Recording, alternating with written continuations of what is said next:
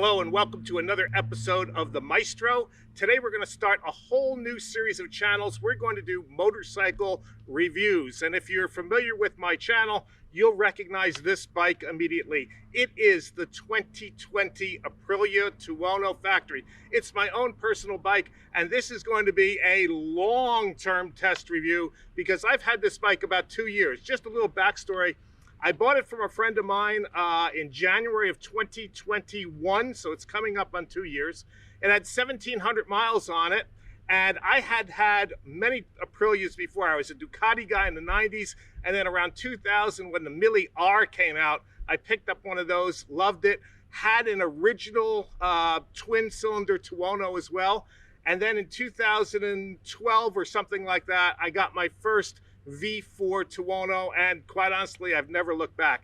I've had 3 V4 1000cc Tuonos, and then my buddy offered me this, and I said to him, do you want to sell this bike after like 2 months? Because this is the perfect motorcycle.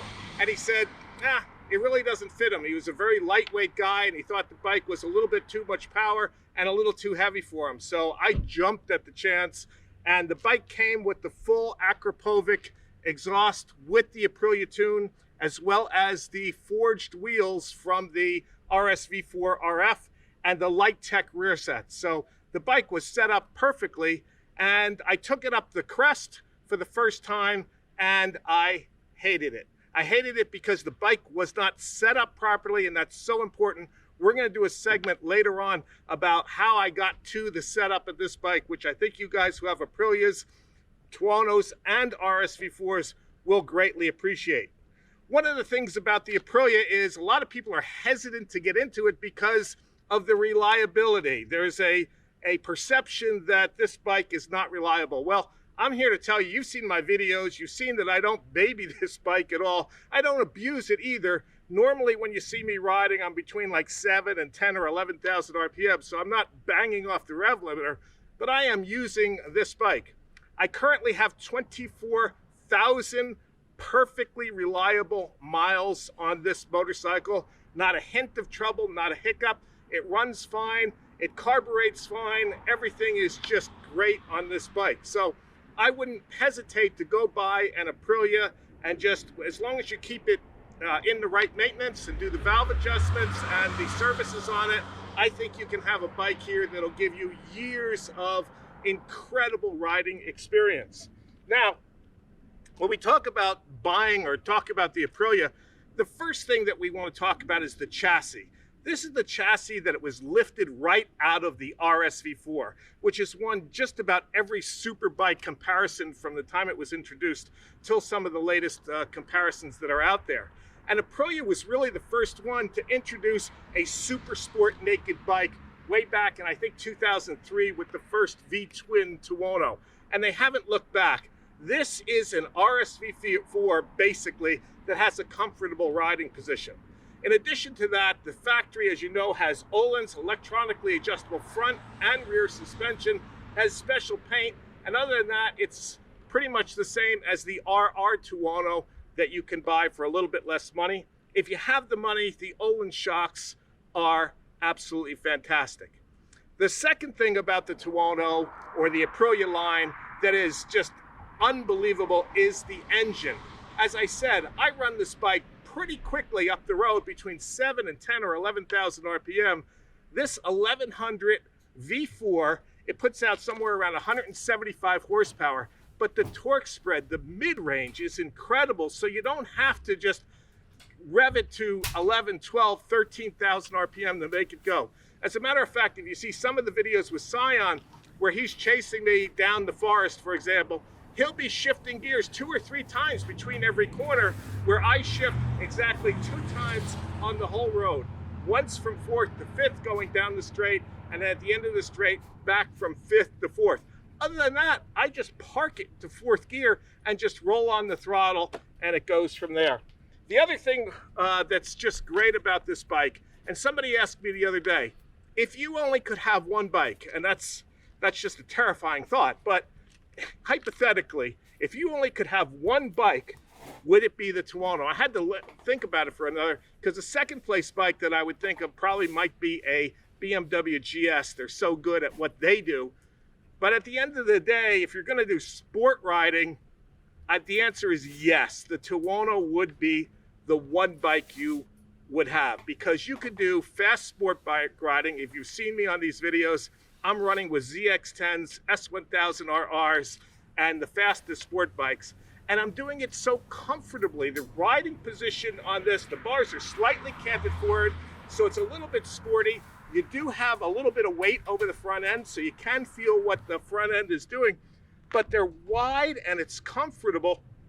And so you can just pitch this bike into corners, and with these bars, you can just adjust it. So if there's debris in the road, or if you're on a road that you don't know, or you're sport touring on this bike way up in the hinterlands, and all of a sudden you come into a decreasing radius corner, unlike perhaps a Superbike with the clip-ons that are really low, this bike, you just move your head, you push the bar, and you adjust your line, and you carry big time speed everywhere. So, sport bike riding on fast roads, thanks a lot, buddy. Sport bike riding on fast roads, tight roads, sport touring, commuting. The only downside about this bike at all is it has no wind protection. So when it gets chilly, you got to break out. I have a first gear electric little jacket that I can plug in. And I'll tell you what, that solves the wind problem, because even if it gets down to like 40 degrees outside, that thing on full crank, you have to turn it down after about 10 minutes because you're nice and warm. So if you live in a cooler climate, or you ride all year round and it gets down to the, the 50s or the 40s, I highly recommend picking up an electric jacket, and that'll keep you calm. Once your core is warm, then everything else pretty much stays warm and all. So the riding position, I could do 500 miles of twisty roads on this bike all day long and be perfectly happy. So I want to talk a little about, so this bike came with the full-on Aprilia exhaust, phenomenal exhaust. Ducatis come with Aprilia now. I don't know what happened between them and Terminioni, but Aprilia seems to be the exhaust of choice for KTMs and Ducatis. Personally, for me, I mean, it's a great exhaust. It has a great sound, and this is just a matter of personal preference. I would prefer the SC Project exhaust because it's just a little bit more visceral, a little louder, and it really sounds like a MotoGP bike when you have the SC Project. And they have a great pedigree too. MotoGP as well as Moto2 uses a lot of SC Project exhaust. So it's just a matter of personal preference, but given the choice, that's what I would have put on this bike. But I'm not complaining whatsoever because it came with the Aprilia exhaust. It also came with the forged wheels. Now, you might say to yourself, do I really need to spring $2,000 for forged wheels? Well, I'll give you a little example. I had a 2014 Tuono V4 1000cc, and it had the cast wheels on it. And my buddy had a pair of Mille R. Remember the kind of bluish purple wheels that came on the Mille R? Well, I threw them on my Tuono, and I could tell a little bit. I mean, it wasn't night and day. I could tell a little bit of difference on the turn-in, but where it really showed me is I was going up this straightaway on the Angeles Forest, and I was probably doing in fourth gear, topping out, going up toward 10, 11,000 RPM. And for the first time, as I'm getting up that straight, the front wheel comes off the ground and picks itself up, just on constant throttle, not trying to wheelie at all, but it picked itself up, 6, 8 inches, something like that. And I said, aha, unsprung rotating mass. When I take it down 2.5 pounds front and rear, it really does make a difference. So if you can afford it, if it's not night and day. If you don't have the $2,000, don't worry about it. This bike is fine with the cast wheels. But if you have an extra $2,000 laying around, the forged wheels are highly recommended. Let me talk a little bit about one of the perceived, and I'm going to underline that, perceived reliability issues on the Tuono. You've probably heard horror stories about the Tuono engines blowing up, and I know a couple of friends that had that happen. On my RSV4, after I got a full service, probably about 2,500 miles later, I heard this ticking, and it sounded exactly like a valve tick. And I thought to myself, gee, that's strange. I just got the valve done by the Aprilia guru himself. His name is Amori, and he knows everything about every Aprilia ever made. And if anybody would have done it exactly right, it would have been him. And so I called him up and I brought it down, and he told me, wow, it's a good thing you brought this bike down. I said, why? Was there a valve out? He goes, no, no, no. The valves were fine. The problem is with the cam chain tensioner sprocket. And that's apparently the cam chain tensioner sprocket is on a spline that has grooves in the side, and the threads don't bite well enough, and over time it works itself loose. And obviously if the cam chain sprocket comes loose, the cam chain comes loose. If the cam chains comes loose, it's lights out for the engine.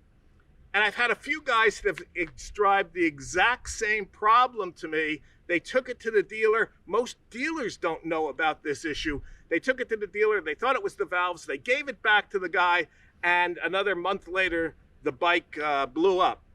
And so I said to Amori, he replaced the cam chain sprocket and the cam chain tensioner. I said, well, how long until this happens again? He goes, oh, it'll never happen again.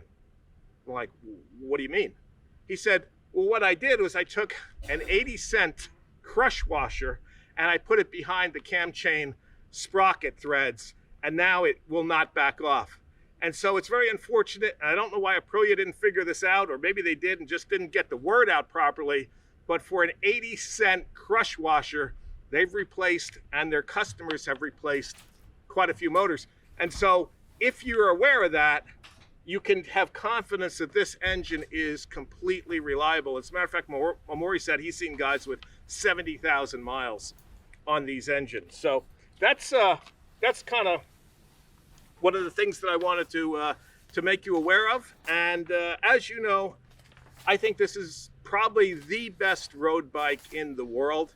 It's got a great power delivery. It's got a great sound. It's got a great riding position. It's comfortable, and it handles just impeccably well. So the next segment I'm going to do is we're going to do a little segment on how I set this bike up so that it both turns just with the movement of your helmet, but is also rock stable. I think you guys will get a lot out of that who own Aprilias, whether the RSV4 or the Tuono, kind of the same setup for both. So we're going to do that in the next segment, and then after that, we're going to take it out for a ride and see how she works. So stay tuned. Okay, so here we are. We're back down off the hill. We're back at home, and I'd like to talk to you a little bit about the setup of the motorcycle. With any motorcycle, no matter how great the motorcycle is designed, if it's not set up properly, it can be the difference between having just a phenomenal ride and something that is akin to literally a nightmare. And that's exactly what happened when I first bought this bike. As I mentioned before, I had 3 Tuonos before this. They were all the first generation V4s, and they were phenomenal handling. So when I was offered this bike, a brand new, or virtually brand new, 2020 1100 factory with the full Akrapovic exhaust and the forged wheels, I thought, oh, this is just going to be a delight. So the first thing I did was take it up to the Crest Highway, and I started going up the road, and it was a disaster, literally. It was terrible. The bike didn't turn, it wanted to stand up. It was not stable at all. I got about 5 miles up the hill and I said, all right, enough is enough. And I turned around and came back. And so what I did is I started adjusting it, and I called my friend Dave Moss from Dave Moss Tuning. You may know of him. He's in Northern California. He's a tuning guru who has been doing it I've known him for probably 25 years. We used to ride together on Thursday Night Ride, but that's another story. And Dave happened to be coming down in that week, and so I brought it over to his mobile suspension tuning garage, and he set up a good baseline for me. And so I took it back up to the Crest, and it was markedly better. It was rideable now, but it still didn't have that turn-in that my old Tuonos have. So I was thinking about what I could do. And so you still need to fine-tune it even after you get a guru like Dave Moss or some of the other suspension guys that are out there in your particular neighborhood. to fine-tune the bike and really get it to where it needs to be. So I began thinking about it, and I remembered I had a Ducati 1098S, and that wouldn't turn either. So what we did was we increased the rear ride height. The Öhlins shock has a ride height adjuster on the bottom, so we backed it all the way out and gave it about 10 to 12 extra millimeters of ride height. So we brought the rear end up, so then you put more weight on the front and the bike would really turn. Now, with the easy turn in, you may give up stability, which you don't want to do, and your handlebars can do a head shake when you're on acceleration coming out of the turns. So the next thing I did was I raised up the triple clamps on the fork tubes to, they were showing about 2 rings stock. Now they're just a hair, maybe 2 millimeters below the top of the triple clamp. So that would increase the wheelbase slightly, increase the steering head angle slightly, and give it more stability. And then to give it even more stability, because it was such a dramatic lift, I mean 12 millimeters is a lot to raise a bike in the rear. What we did was when we changed the chain to a 520 chain from the stock chain, we increased the chain links by 2 chain links, and as you can see by the axle bolt, we increased the wheelbase of the bike. So both lifting the steering the triple clamps and putting 2 more chains in the sprocket lengthen the wheelbase of the bike and give it that killer stability that you're looking for in the Tuono, combined with the ease of turn-in and being able to just take this bike and just pitch it into a corner with full confidence that the chassis is going to work exactly as it was designed. So with any bike, you need to set it up. And I've ridden a lot of people's bike. I had a friend that had an R6, I had 2 friends that had an R6. And even an R6, if it isn't set up right, can be pretty terrible. And both of these were, and we did some tuning right on the road, and we got that bike, you know, 3/4 of the way where it was supposed to be. And the owner jumped back on the bike after I did a little bit of tuning to it, and he said, wow, this is night and day. So a lot of you new guys, you don't know a lot about suspension tuning. It is a kind of a voodoo science that takes years of playing with, but if you play with it and you get somebody who can help you with it, you have to do it. It makes a world of difference. And if you do have a local guy like a Dave Moss and you spend the $60 to get the baseline set up, it's one of the best $60 you ever spent. One other trick that all racers know, and probably most sport bike guys know, is to take a tie wrap and put it around the front fork tube, and that will tell you exactly how much compression you're using under braking or under whatever condition. And you want to get probably within an inch or so of the bottom if you ride the bike pretty hard on the street. And you can see that's where it is now. So next thing, let's take a look at the settings. And again, I'm about 195 pounds on this bike as it is set up. And we'll take a look at where I have it set for the street. And then you can do your calculations up or down based on either if you're doing the track, then you need a little bit tighter setting, or if you're lighter or heavier than I am, you can adjust and at least, again, get a baseline. And then how I tune the suspension is, it's always 2 clicks. And that's one of Dave Moss's things, 2 clicks up or down. And never do more than 1 suspension adjustment at a time, because you want to know exactly what's happened and you want to count the clicks each time you do the suspension adjustment so you can go back if it made it worse or there's no difference. So those are a couple of tips, and the suspension guys will be able to really tell you a lot more detail about that. But that's just the basic setting. But I can't emphasize enough how important it is to properly set up a bike, because this bike is one of the greatest motorcycles designed of all time, and not set up properly, it handles like a Harley Davidson.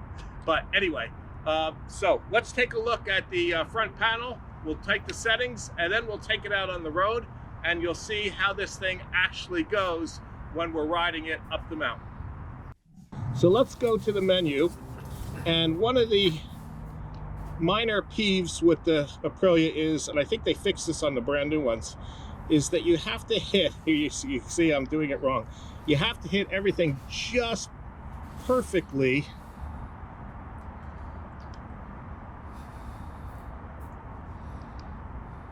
to get to the right menu.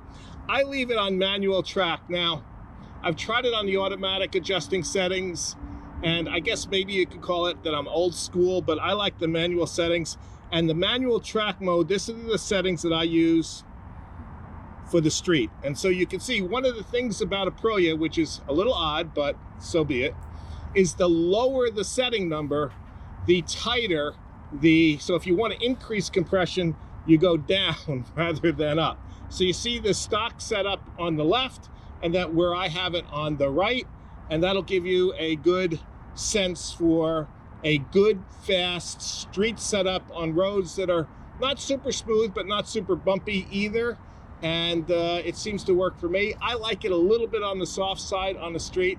For the track, you're going to make it stiffer, and if you're heavier or lighter, you can adjust it either way from there. So I hope that was helpful. So let's go and throw a leg over and take it up the mountain and see how she works. Okay, well, I guess it's time to end the pontificating and put the theory into practice. We are once again on the Angeles Crest Highway, and in tow is my fellow road warrior Lawrence, who will be doing all of the videoing today. And we're gonna take it up the road and see where the rubber meets the road. And I know my good friend is gonna email me about using cliches saying the rubber never meets the road. They don't have personalities, but I beg to differ, sir. In the hands of a good rider, the Tuono with the right tires and the right setup is absolutely magic, and you can feel the interaction between the rubber and the road as we take this incredible chassis up this magnificent road. Just a little bit of background, it's a little cool today, so we're going to be running at about a 6.5 tenths pace on the first half here. It's about 60 to 65 degrees out, and partly to mostly cloudy, and a lot of shadows because it's mid-November, so we don't have a lot of overhead sun. So we're going to take it easy and back it down a little bit. But we can still get a sense for how this chassis does work and how smooth and flowing and precise this incredible 2020 Aprilia Tuono is. So we come up this short straight and we come into this good example of a triple radius corner. So we hit the apex, come wide, hit the apex again, come out again, and hit the apex again, and then set up for this really fast left-hander. It's just so easy. People often say it doesn't look like you're working at all, even though you're going at an incredibly fast pace, and the answer is, I'm not. This bike, set up properly with the right tires, is just so easy to ride fast and put it exactly where you want it. You can put it within 6 inches of an apex or a WO line or an exit anywhere.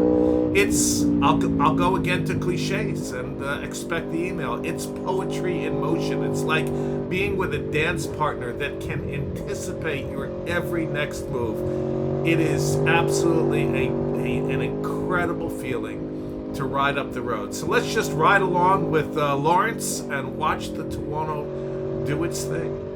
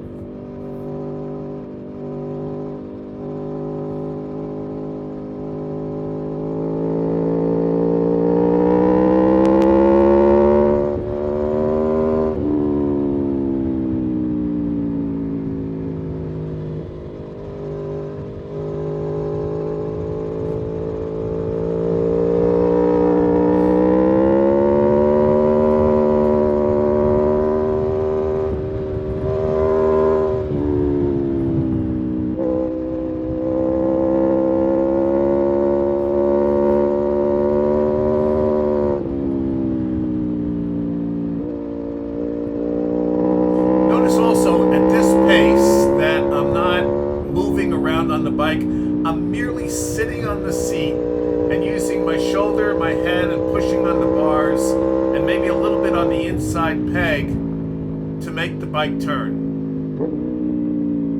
And so now we're going to turn onto the Angeles Forest Highway, which is Lawrence's preferred road. He goes a little bit quicker on this road than on the crest. And we're going to up the pace a little bit. So we're going to roll at about a 7.5 tenths pace. And I will move off the bike a little bit just to demonstrate kind of the next level and another riding mode, if you will. So we usually take it easy going down this part.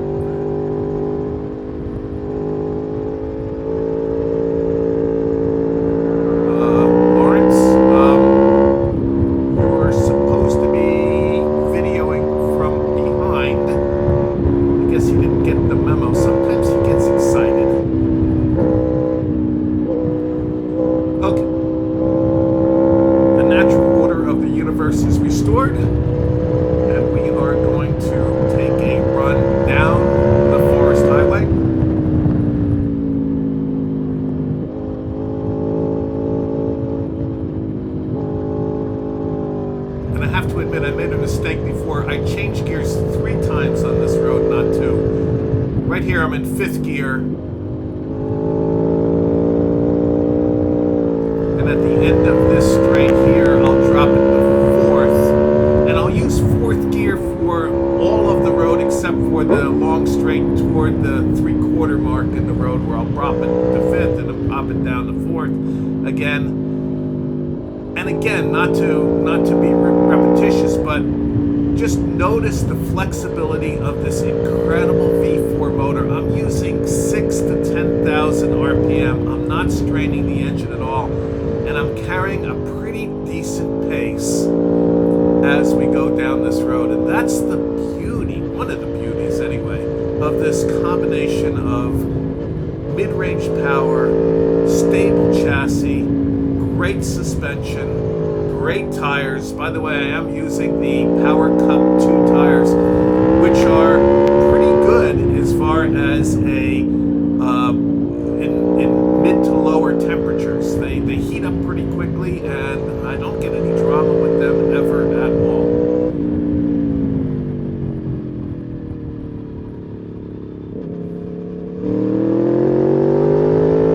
And we had some rain last week. It was pretty hard, and it washed some sand on the road, which you saw right there. But I've been over the road a couple of times. I know where the sandy spots are, so I'm taking that into account just in case anybody is curious.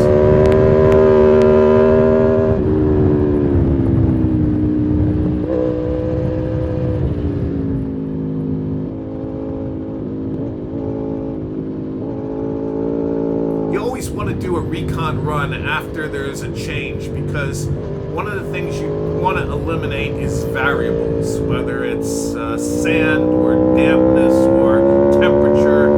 You want to eliminate that so that you don't get surprised by something that wasn't there the day before.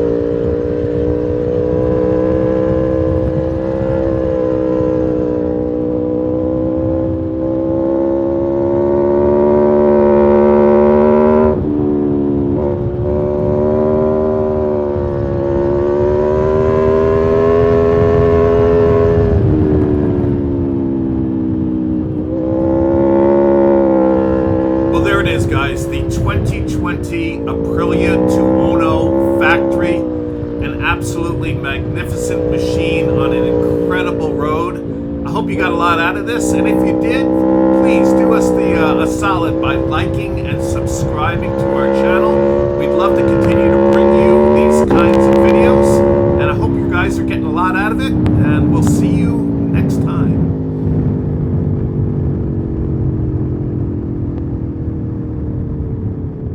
There is one more segment though, so stay tuned and hang in there. You Aprilia guys, I know, will appreciate this last little bit.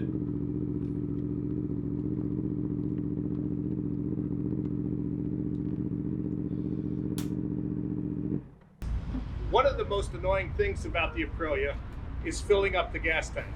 If you own an Aprilia, you know that when you open up the gas cap and you put the gas pump in as you normally would and begin to fill, you'll get splatter.